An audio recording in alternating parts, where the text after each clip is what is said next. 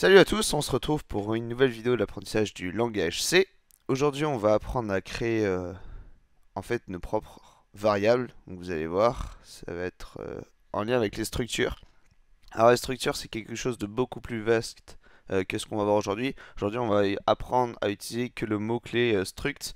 Mais en fait, sûrement dans une prochaine vidéo, enfin dans plusieurs prochaines vidéos, je vous présenterai différents types de structures, les piles, les fils, les listes, on verra aussi les arbres et tout autre type de structures très intéressantes et qui permettent d'accélérer ou d'optimiser au maximum un algorithme.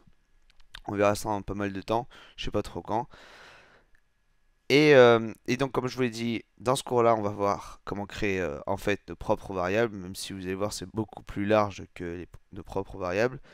Et dans le cours juste après, nous verrons comment créer nos propres bibliothèques. Voilà. Donc, vous allez commencer à être beaucoup plus autonome et ne plus dépendre que forcément des bibliothèques principales comme stdio ou dépendre que des types principaux comme int ou char. Alors, on va lancer le programme tout de suite. Donc je l'ai appelé struct. Ah oui, j'édite. Hop, struct.c. Voilà. Donc hop, on va quitter ça parce qu'on s'en fout. Alors, j'ai déjà ajouté deux bibliothèques parce que voilà, j'ai pas envie de les recopier à chaque fois. Alors, une structure, comme je vous l'ai dit, c'est en fait une variable que l'on va créer nous-mêmes. C'est-à-dire que on va lui attribuer un nom et dedans il va y avoir des composants. Par exemple, le type int, vous avez vu, c'est que par exemple des valeurs entières. Donc je me souviens pas du chiffre exact qu'on peut mettre dans un int. Bon, c'est assez énorme. Mais on peut mettre que des nombres entiers définis. Et en fait, avec des structures, on peut mettre tout ce qu'on veut dedans. Si par exemple, on veut mettre, je sais pas, on veut mettre par exemple 3 int plus un quart, et ces 3 int plus un quart ne correspondent qu'à un type. Par exemple, un type coordonnées, vos coordonnées personnelles, par exemple sur votre carte d'identité, au lieu d'avoir une liste de coordonnées, bah, par exemple, vous allez juste créer un type coordonnées où dedans il y a votre âge, ou alors votre date de naissance, votre taille, votre nom, votre prénom, votre lieu de naissance. Qu'est-ce qu'il me demande d'autre? Je crois qu'il demande les yeux, les cheveux, et voilà. Il doit demander d'autres trucs, mais je m'en souviens pas. On s'en fout. Voilà, donc ça sert à ça en fait. Une structure, ça sert à créer un ensemble de variables pour en créer une seule. Alors comment on fait ça? Eh bien, pour ce faire, pour créer une structure, il faut la créer, je vous le conseille du moins, en dehors du main, pour qu'elle soit utilisable partout après dans votre programme. Si vous la créez par exemple dans le main, vous pouvez l'utiliser que dans le main et vous ne pourrez pas l'utiliser dans d'autres fonctions, ce qui pourrait être gênant. Donc on la crée en dehors du main. Vous allez la créer même avant la déclaration des fonctions. Pourquoi? Parce que, bah, on verra par la suite, parce que si je la crée après les fonctions et par exemple dans une fonction je demande une structure particulière, et bien il dira que ça n'a pas été déclaré parce qu'il faut la déclarer avant. Voilà.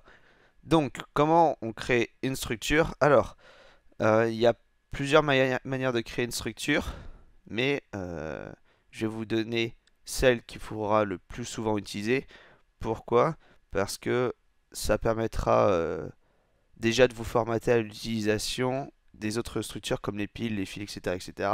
par la suite. Et ça vous permettra directement de connaître les alias. Alors les alias, qu'est-ce que c'est? C'est des raccourcis. C'est-à-dire que vous allez, grâce au mot-clé typedef, je parle beaucoup pour l'instant, j'écris rien, vous inquiétez pas. Grâce au mot-clé typedef, vous allez créer un raccourci. C'est-à-dire que si on ne crée pas de raccourci, bah, à chaque fois que vous déclarez une structure, vous devrez mettre la structure, le nom et déclarer ce qu'il y a dedans.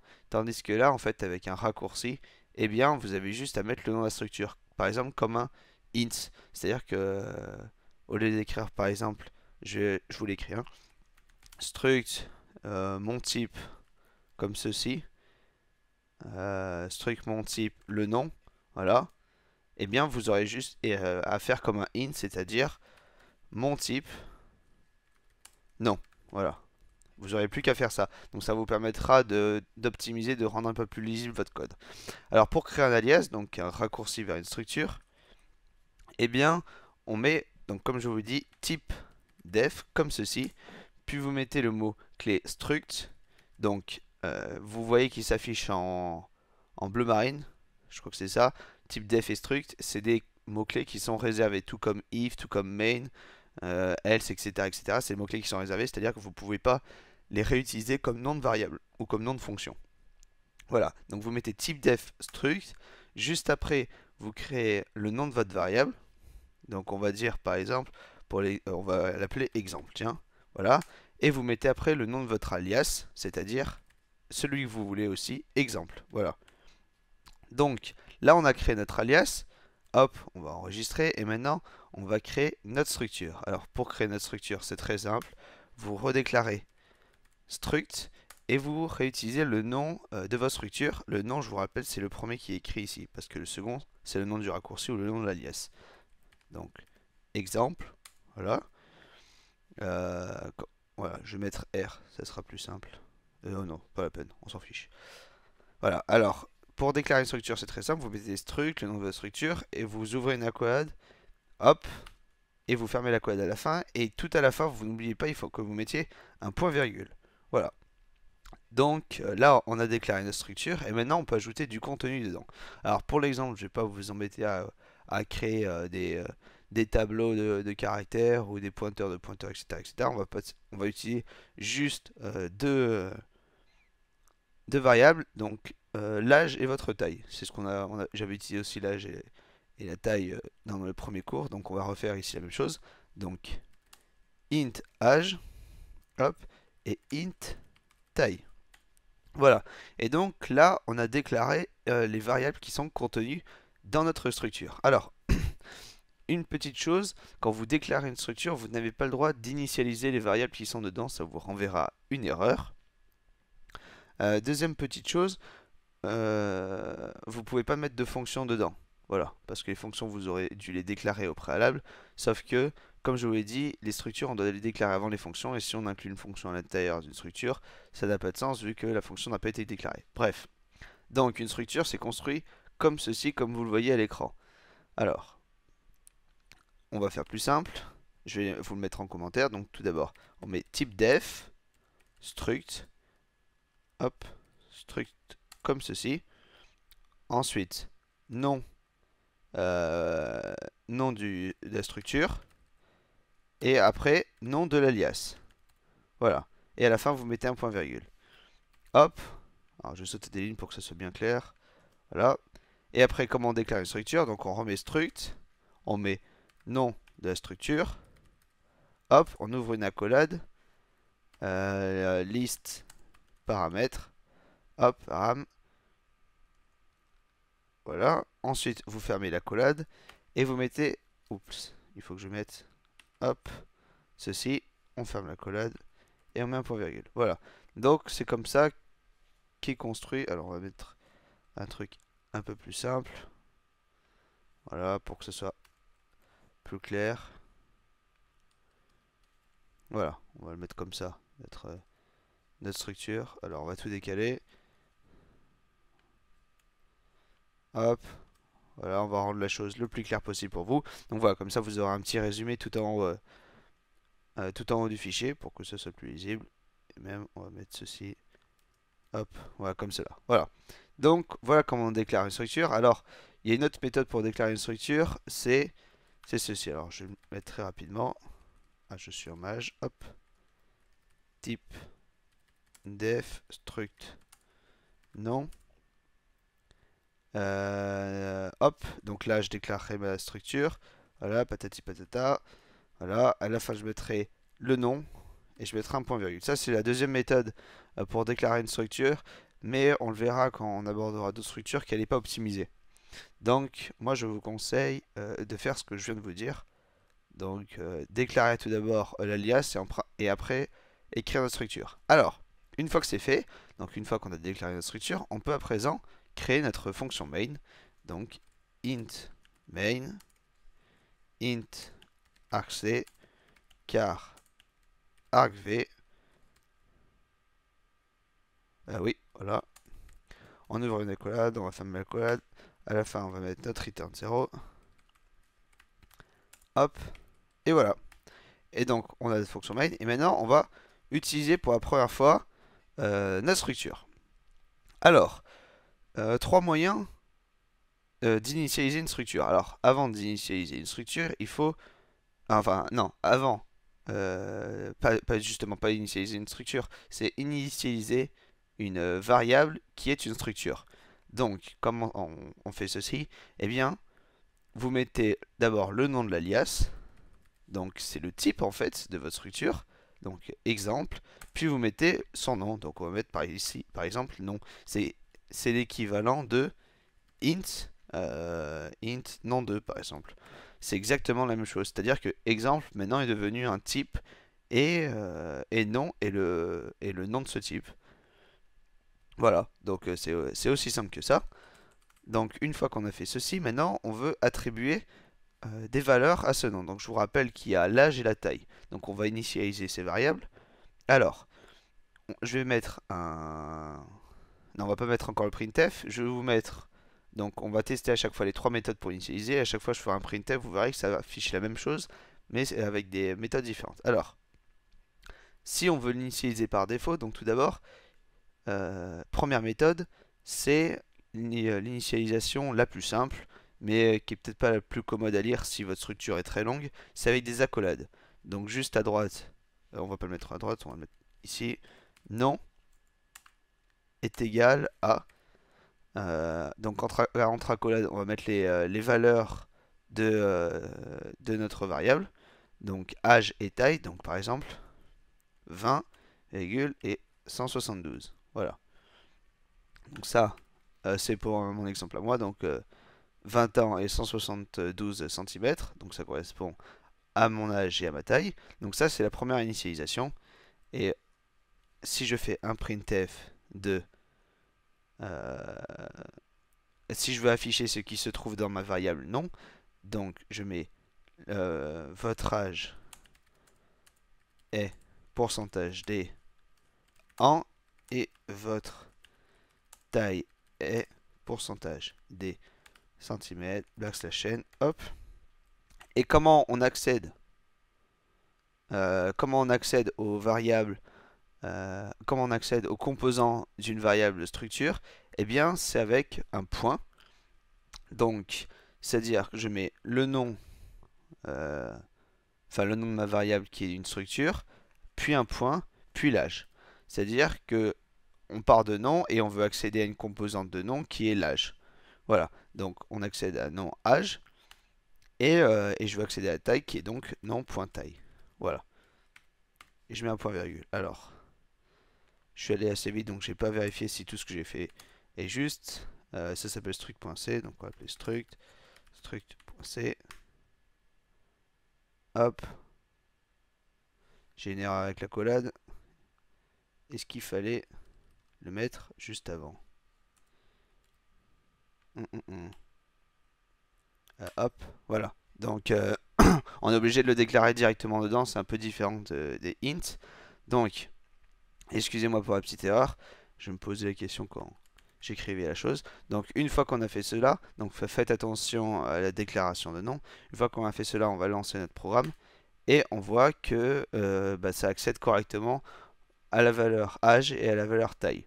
Alors, comme vous voyez, on peut faire des erreurs. Donc là, j'en ai fait une par exemple. C'est pas la méthode la plus simple. Donc la deuxième méthode que je vous propose pour déclarer les variables d'un type structure.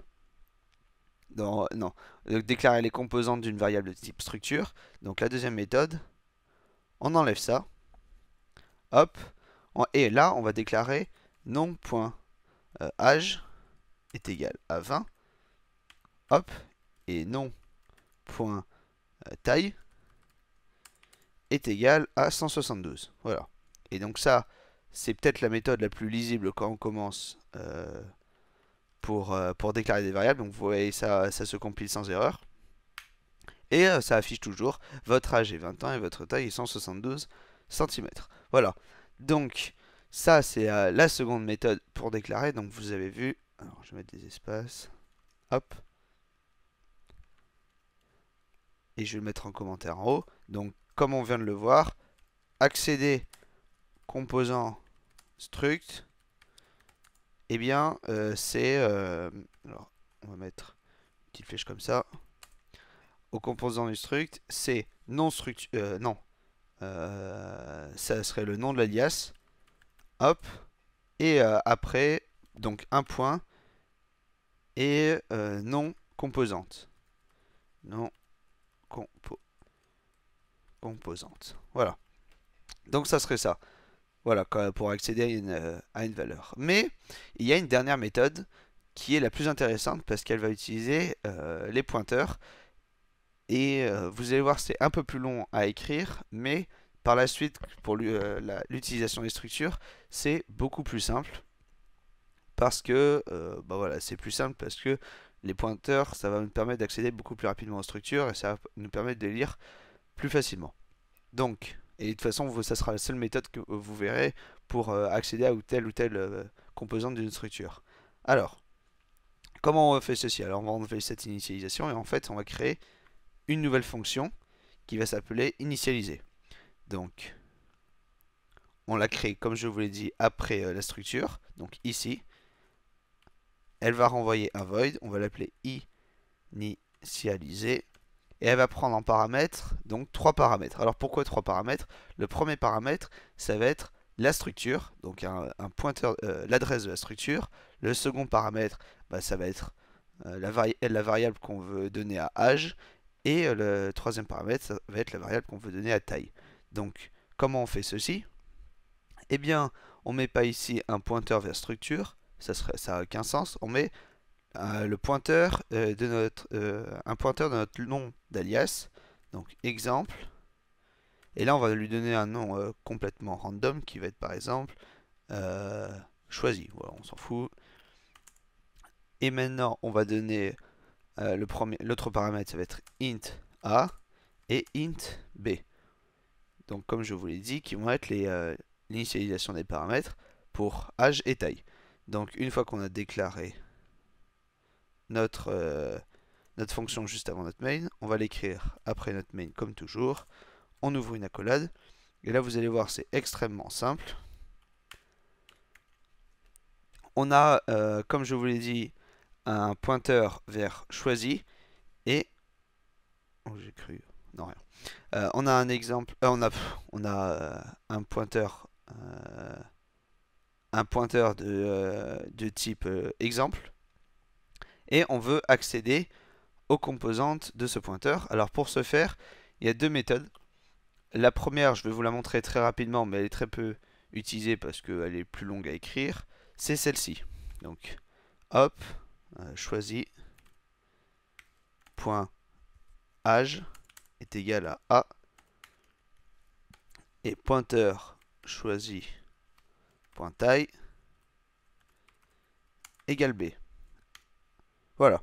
Et donc ça nous permettrait, en théorie, d'initialiser nos variables. Donc c'est ce qu'on va faire. Donc initialiser. Donc comme on l'a dit, c'est un pointeur. Donc on ne doit pas mettre nom directement. On doit mettre l'adresse du nom comme ceci. Et là on va mettre toujours 20,160. Alors là on va mettre autre chose. On va se grandir un peu pour vous montrer que ça se modifie. Voilà. Donc 190. Je suis devenu un géant. Donc on initialise la chose. Hop, on recompile, on exécute, et là ça nous affiche que notre âge c'est 21 et votre taille est 190 cm. Alors, pourquoi je vous l'ai dit c'est un peu compliqué, c'est parce que si vous vous trompez dans le parenthésage en bas pour accorder à la composante âge la variable a, eh bien vous pouvez avoir des erreurs. C'est-à-dire que si je mets ça, hop, ça ne marche pas. Regardez ce que ça va faire. Je suis même pas sûr que ça se compile. Voilà, ça se compile pas. C'est parce que je n'ai pas le droit d'accéder. Enfin, il n'y a pas d'accès à cette variable-là. On n'a pas le droit. Voilà, vous avez qu'à lire l'erreur. Donc, request for member tie in something not a structure or union. Avec un magnifique accent. Ça nous dit qu'on ne peut pas accéder à cette variable-là, avec ce moyen-là. Donc il faut soit ajouter des parenthèses, soit, donc c'est le raccourci qui existe avec le langage C quand on manipule les structures, c'est une flèche. Alors comment on fait une flèche quand on a ce type de clavier? Eh bien c'est très simple, vous mettez le petit tiret qui se trouve juste en dessous, c'est le trait d'union qui se trouve en dessous de votre touche 6. Donc au niveau de la touche 6, si vous cliquez une fois, ça vous mettra un petit trait d'union, ainsi qu'un crochet qui se trouve juste à gauche de la touche W. Voilà, donc vous mettez ceci, donc ça va vous créer une flèche. Pareil ici. Hop. Et je mets une flèche aussi ici. Alors je vais vous montrer encore que si je modifie, on va beaucoup se vieillir. Donc ceci, je vais avoir 75 ans. J'espère un jour. Et, et donc on va recompiler, ça s'exécute correctement. Et si je l'exécute, ça affiche votre âge est 75 ans et votre taille est 190 cm. Dis donc il est grand le pépé. Voilà. Donc voilà, c'est la dernière méthode pour initialiser une structure. Alors je vais m'arrêter là je pense pour le cours. C'est pour vous présenter rapidement comment marchent les structures. Si je peux vous donner un conseil, c'est de créer votre propre structure chez vous. Par exemple, un personnage dans un jeu vidéo, il a tel inventaire, il a tel point de vie, il a telle capacité d'attaque, voilà.